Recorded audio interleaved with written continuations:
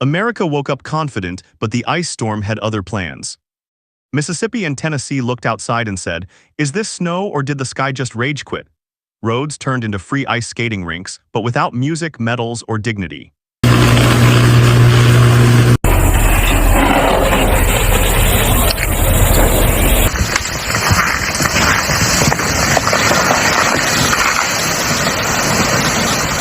Holy crap. Cars moved at the speed of Wi-Fi in a tunnel, and even that felt risky. Trees stood there quietly for years, then suddenly decided, "Today is my falling era," and boom, straight onto power lines. People stepped outside dressed like it's a normal winter, slipped once, and immediately respected nature. Schools closed faster than group chats after an argument. Weather reporters stood bravely in the storm saying, "Do not go outside," while very much being outside themselves.